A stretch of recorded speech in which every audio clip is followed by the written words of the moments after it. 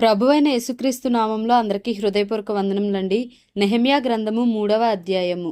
ప్రధాన యాజకుడైన ఎల్యాషీబును అతని సహోదరులైన యాజకులను లేచి గొర్రెల గుమ్మమును కట్టి ప్రతిష్ఠించి తలుపులు నిలిపిరి. హమ్మేయ గోపురము వరకును హనన్యేలు గోపురము వరకును ప్రాకారమును కట్టి ప్రతిష్ఠించిరి.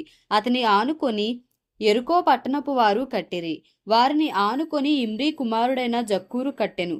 మత్స్యపు గుమ్మమును హస్సెనాయ వంశస్థులు కట్టిరి. మరియు వారు దానికి దూలములను ఎత్తి తలుపులు నిలిపి తాళములను గడియలను అమర్చిరి. వారిని ఆనుకొని హక్కోజునకు పుట్టిన ఊరియా కుమారుడైన మెరేమోతును, వారిని ఆనుకొని మెషేజబెయేలునకు పుట్టిన బెరెక్యా కుమారుడైన మెషుల్లామును, వారిని ఆనుకొని బయనా కుమారుడైన సాదోకును, వారిని ఆనుకొని తెకోవీయులను బాగుచేసిరి. అయితే జనుల అధికారులు తమ ప్రభువు పనిచేయ నొప్పుకొనకపోయిరి. పాత గుమ్మమును బాగుచేయువారు ఎవరనగా పాసయ్య కుమారుడైన యెహోయాదాయును, బెసోద్యా కుమారుడైన మెషుల్లామును దానికి దూలములను ఎత్తి తలుపులు నిలిపి తాళములను గడియలను అమర్చిరి. వారిని ఆనుకొని గిబియోనీయులను, మిస్పావారును, గిబియోనీయుడైన మెలట్యాయును, మేరోనోతీయుడైన యాదోనును, ఏటి యువతలనున్న అధికారి న్యాయపీఠం ఉంచబడు స్థలము వరకు బాగుచేసిరి. వారిని ఆనుకొని బంగారపు పనివారి సంబంధి అయిన హర్హయ కుమారుడైన ఉజ్జీయేలు బాగుచేయువాడై ఉండెను. అతని ఆనుకొని ఔషధ జ్ఞానియగు హనన్య పని జరుపుచుండెను. యెరూషలేము యొక్క వెడల్పు గోడ వరకు దాని నుండనిచ్చిరి. వారిని ఆనుకొని యెరూషలేములో సగము భాగమునకు అధిపతి అయిన హూరు కుమారుడైన రెఫాయ బాగుచేసెను. వారిని ఆనుకొని తన ఇంటికి ఎదురుగా హరూమపు కుమారుడైన యెదాయ బాగుచేసెను. అతని ఆనుకొని హషెబ్నెయ కుమారుడైన హట్టూషు పని జరుపువాడై ఉండెను. రెండవ భాగమును అగ్నిగుండముల గోపురమును హారిము కుమారుడైన మల్కియాయును, పహత్మోయాబు కుమారుడైన హషూబును బాగుచేసిరి. వారిని ఆనుకొని యెరూషలేములో సగమునకు అధిపతి అయిన హల్లోహెషు కుమారుడైన షల్లూమును అతని కుమార్తెలను బాగుచేసిరి. లోయ ద్వారమును హానూనును జానోహ కాపురస్తులను బాగుచేసి కట్టిన తరువాత దానికి తలుపులను తాళములను గడియలను అమర్చిరి. ఇదియుగాక పెంట ద్వారము వరకుండు గోడ 1000 మూరల దనుక వారు కట్టిరి. బేత్ హక్కెరెము ప్రదేశమునకు అధిపతి అయిన రేకాబు కుమారుడైన మల్కీయ పెంట గుమ్మమును బాగుచేసెను. అతడు దాని కట్టిన తరువాత దానికి తలుపులు నిలిపి తాళములను గడియలను అమర్చెను. అటు వెనుక మిస్పా ప్రదేశమునకు అధిపతి అయిన కొల్హోజే కుమారుడైన షల్లూము దార యొక్క గుమ్మమును బాగుచేసి కట్టిన తరువాత దానికి తలుపులు నిలిపి తాళములను గడియలను అమర్చెను. ఇదియుగాక దావీదు పట్టణము నుండి క్రిందకు పోవు మెట్ల వరకు రాజు తోట యొద్దనున్న సిలోయము మడుగు యొక్క గోడను అతడు కట్టెను. అతని ఆనుకొని బేత్సూరులో సగము భాగమునకు అధిపతియు అజ్బూకు కుమారుడునైన నెహెమ్యా బాగుచేసెను. అతడు దావీదు సమాధులకు ఎదురుగానున్న స్థలముల వరకును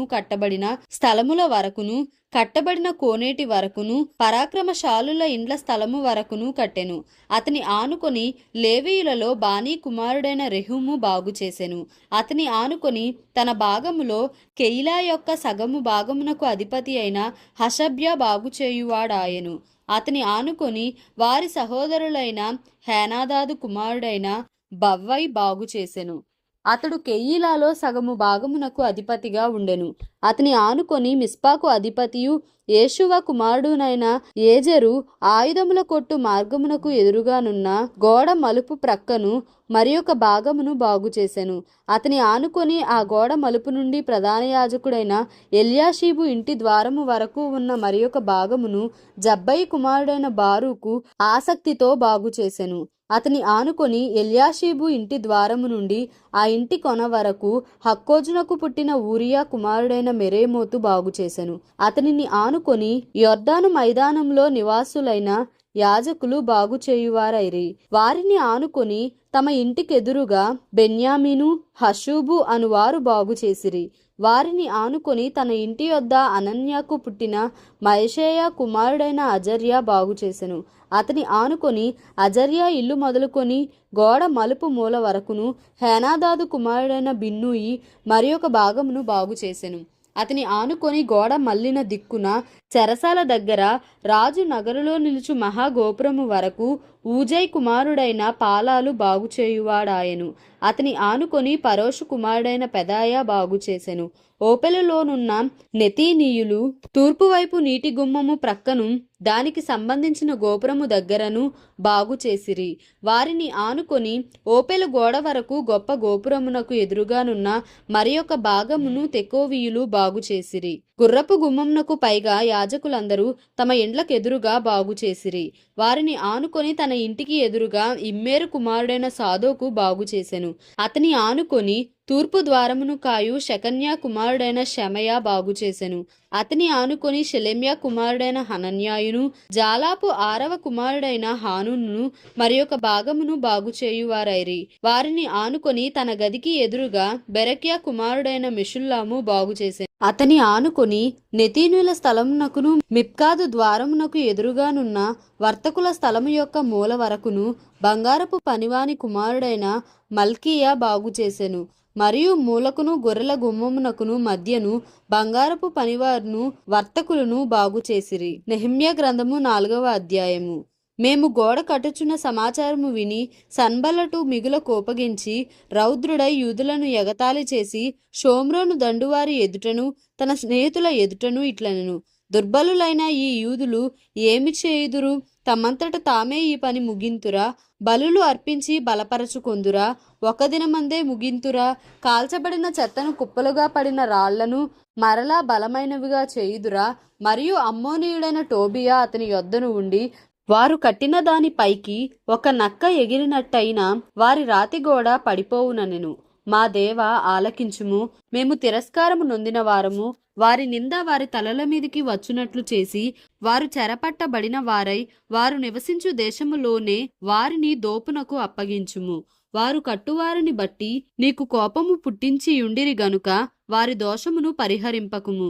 నీ ఎదుట వారి పాపమును తుడిచివేయకుము. అయినను పనిచేయుటకు జనులకు మనస్సు కలిగియుండెను గనుక మేము గోడను కట్టుచుంటిమి. అది సగము ఎత్తు కట్టబడి ఉండెను. సన్బల్లటును టోబియాయును అరవీయులను అమ్మోనీయులను అష్డోదీయులను యెరూషలేము యొక్క గోడలు కట్టబడిననియు బీటలన్నీయు కప్పబడిననియు వినినప్పుడు మిగుల కోపపడి యెరూషలేము మీదికి యుద్ధమునకు వచ్చి పని ఆటంకపరచవలెనని వారందరూ కట్టుకట్టి మమ్మను కలతపరచగా మేము మా దేవునికి ప్రార్థన చేసి వారి భయము చేత రాత్రింబగళ్ళు కావలియుంచితిమి. అప్పుడు యూదావారు బరువులు మోయువారి బలము తగ్గిపోయెను. ఉన్న చెత్త విస్తారము గోడ కట్టలేమని చెప్పగా మా విరోధులను వారు తెలిసికొనకుండను చూడకుండను మనము వారి మధ్యకు చొరబడి వారిని చంపి పని ఆటంకపరచుదుమనిరి. మా శత్రువుల యొద్ద నివాసులయ్యున్న యూదులు వచ్చి నలుదిక్కుల నుండి మీరు మా సహాయంనకు రావలెనని మాటిమాటికి మాతో చెప్పగా అందు నిమిత్తము గోడ వెనుకనున్న దిగువ స్థలములలోను పైనున్న స్థలములలోను జనులను వారి వారి కుటుంబముల ప్రకారముగా వారి కత్తులతోనూ వారి ఈటెలతోనూ వారి విండ్లతోనూ నిలిపితిని. అంతటా నేను లేచి చూచి ప్రధానులతోనూ అధికారులతోనూ జనులతోనూ వారికి మీరు భయపడకుడి, మహాగణుడును భయంకరుడు నగు యెహోవాను జ్ఞాపకము చేసుకొని మీ సహోదరుల పక్షముగాను మీ కుమారుల పక్షముగాను మీ కుమార్తెల పక్షముగాను మీ భార్యల పక్షముగాను మీ నివాసము మీకుండునట్లు యుద్ధము చేయుడి అంటిని. వారి యోచన మాకు తెలియబడెననియు దేవుడు దానిని వ్యర్థము చేసెననియు మా శత్రువులు సమాచారము వినగా మాలో ప్రతివాడును తన పనికి గోడ దగ్గరకు వచ్చెను. అయితే అప్పటి నుండి నా పనివారిలో సగము మంది పనిచేయుచు వచ్చిరి, సగము మంది ఈటెలను బల్లెములను విండ్లును కవచములను ధరించిన వారై వచ్చిరి. అధికారులు యూదులలో ఆయా ఇంటివారి వెనుక నిలిచిరి. గోడ కట్టువారును బరువులు మోయువారును బరువులు ఎత్తువారును ఒక్కొక్కరు ఒక చేతితో పనిచేసి ఒక చేతితో ఆయుధము పట్టుకొని ఉండిరి. మరియు కట్టువారిలో ఒక్కొక్కడు తన కత్తిని నడుమునకు బిగించుకొని గోడ కట్టుచూ వచ్చెను. బాకా ఊదువాడు నా యొద్ద నిలిచెను. అప్పుడు నేను ప్రధానులతోనూ అధికారులతోనూ మిగిలిన వారితోనూ ఇట్లంటిని, పని మిక్కిలి గొప్పది. మనము గోడ మీద ఒకరికొకరు చాలా ఎడముగా ఉన్నాము గనుక ఏ స్థలములో మీకు బాకానాదము వినబడునో అక్కడికి మా దగ్గరకు రండి. మన దేవుడు మన పక్షముగా యుద్ధము చేయును. ఆ ప్రకారము మేము పనియందు ప్రయాసపడితిమి. సగము మంది ఉదయము మొదలుకొని నక్షత్రములు అగ్గుపడు వరకు ఈటెలు పట్టుకొనిరి. మరియు ఆ కాలమందు నేను జనులతో, ప్రతివాడు తన పనివానితో కూడా యెరూషలేములో బస చేయవలెను. అప్పుడు వారు రాత్రి మాకు కాపుగా నుందురు, పగలు పనిచేయుదురని చెప్పితిని. ఇలాగున నేను గాని, నా బంధువులు గాని, నా పనివారు గాని, నా వెంబడి ఉన్న పారావారు గాని ఉదుకు కొనుటకు తప్ప మరి దేనికిని మా వస్త్రములను తీసివేయలేదు. నెహెమ్యా గ్రంథము 5వ అధ్యాయము.